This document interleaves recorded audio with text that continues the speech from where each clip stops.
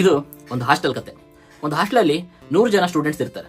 ಅದರಲ್ಲಿ ಒಂದು 80 ಜನ ಸ್ಟೂಡೆಂಟ್ಸ್ ಗುಡ್ ಸ್ಟೂಡೆಂಟ್ಸ್ ಆಗಿರ್ತಾರೆ ಮತ್ತು ಜಾಣರಾಗಿರ್ತಾರೆ ಮತ್ತು ವಿದ್ಯಾವಂತರಾಗಿರ್ತಾರೆ. ಇನ್ನು 20 ಜನ ಸ್ಟೂಡೆಂಟ್ಸ್ ಅವರು ಅವಿದ್ಯಾವಂತರಾಗಿರ್ತಾರೆ ಮತ್ತು ಅವರು ಅಷ್ಟೊಂದು ಸ್ವಲ್ಪ ದಡ್ಡರಾಗಿರ್ತಾರೆ, ತುಂಬಾ ಒಳ್ಳೆಯವರಾಗಿರೋದಿಲ್ಲ. ಸೊ ಅವರೆಲ್ಲರಿಗೂ ಪ್ರತಿನಿತ್ಯ ಸಂಜೆ ಸ್ನಾಕ್ಸ್ ಅಂತ ಹೇಳಿ ಬ್ರೆಡ್ ಅಂಡ್ ಜಾಮ್ನ ಕೊಡ್ತಾ ಇರ್ತಾರೆ ಆ ಹಾಸ್ಟೆಲಿಂದ. ಸೊ ಆ ಪ್ರತಿನಿತ್ಯ ಬರೇ ಬ್ರೆಡ್ ಅಂಡ್ ಜಾಮ್ ತಿನ್ಬೇಕು ಅಲ್ಲ ಅಂತ ಹೇಳಿ ಆ 80 ಜನ ಸ್ಟೂಡೆಂಟ್ಸ್ ಬೇಜಾರಾಗ್ತಾರೆ, ನಮಗೆ ಪ್ರತಿನಿತ್ಯ ಇದನ್ನ ತಿನ್ನೋದಕ್ಕಾಗೋದಿಲ್ಲ ಅಂತ ಹೇಳಿ.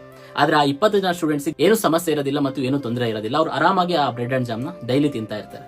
ಸೊ ಈ 80 ಜನ ಸ್ಟೂಡೆಂಟ್ಸ್ ಹೋಗಿ ಸೂಪರ್ವೈಸರ್ ಹತ್ರ ಕಂಪ್ಲೇಂಟ್ ಮಾಡ್ತಾರೆ, ಪ್ರತಿನಿತ್ಯ ಒಂದೇ ಸ್ನಾಕ್ಸ್ ನ ತಿನ್ನೋಕ್ಕಾಗೋದಿಲ್ಲ, ನಮಗೆ ಏನಾದ್ರೂ ಬದಲಾವಣೆ ಬೇಕು, ಚೇಂಜಸ್ ಬೇಕು ಅಂತೇಳಿ ಕೇಳ್ತಾರೆ.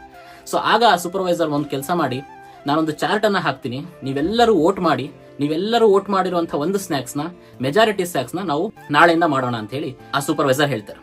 ಸೊ ಆಗ ಆ ಸೂಪರ್ವೈಸರ್ ಒಂದು ಚಾರ್ಟ್ ಅನ್ನ ಹಾಕ್ತಾನೆ. ಸೊ ಎಲ್ಲರಿಗೂ ಹೇಳ್ತಾನೆ, ನಿಮ್ಗೆ ಯಾವ್ದಾದ್ರು ಬೇಕು ವೋಟ್ ಮಾಡಿ ಅಂತ.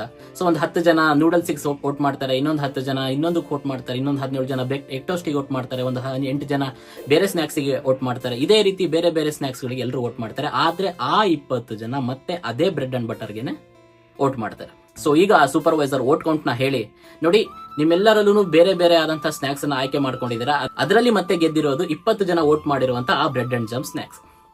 ಸೊ ಅದಕ್ಕೆ ನಾಳೆಯಿಂದ ನಿಮ್ಮೆಲ್ಲರಿಗೂ ಮತ್ತೆ ಬ್ರೆಡ್ ಅಂಡ್ ಜಾಮೆ ಸ್ನಾಕ್ಸ್ ಆಗಿ ಸಿಗುತ್ತೆ ಅಂತ ಹೇಳಿ ಹೇಳ್ತಾರೆ. ಸೊ ಈ ಕತೆ ಏನ್ ಹೇಳುತ್ತೆ ಅಂತ ನಿಮಗೆ ತುಂಬಾ ಚೆನ್ನಾಗಿ ಅರ್ಥ ಆಗಿದೆ ಅಂತ ಅನ್ಕೊಂಡಿದ್ದೀನಿ. ಸೊ ಎಲ್ಲಿವರೆಗೂ 80% ಆಫ್ ದ ಪೀಪಲ್ ಡಿವೈಡ್ ಆಗಿರ್ತಾರೋ ಅಲ್ಲಿವರೆಗೂ 20% ಆಫ್ ದ ಪೀಪಲ್ ನಮ್ಮನ್ನ ಆಳೋದು. ಸೊ ಬದಲಾವಣೆ ಬರಬೇಕು ಅಂದ್ರೆ ನಾವೆಲ್ಲರೂ ಮೊದಲು ಒಗ್ಗಟ್ಟಾಗಿರ್ಬೇಕು, ನಮ್ಮೆಲ್ಲರ ಆಯ್ಕೆ ಉತ್ತಮವಾಗಿರ್ಬೇಕು. ಸೊ ಈ ವಿಡಿಯೋ ಇಷ್ಟ ಆಗಿದ್ರೆ ಎಲ್ರಿಗೂ ಶೇರ್ ಮಾಡಿ ಮತ್ತು ಈ ಚಾನಲ್ಗೆ ಸಪೋರ್ಟ್ ಮಾಡೋದನ್ನ ಮಾತ್ರ ಮರಿಬೇಡಿ ಅಂತ ಹೇಳ್ತಾ ಥ್ಯಾಂಕ್ ಯು.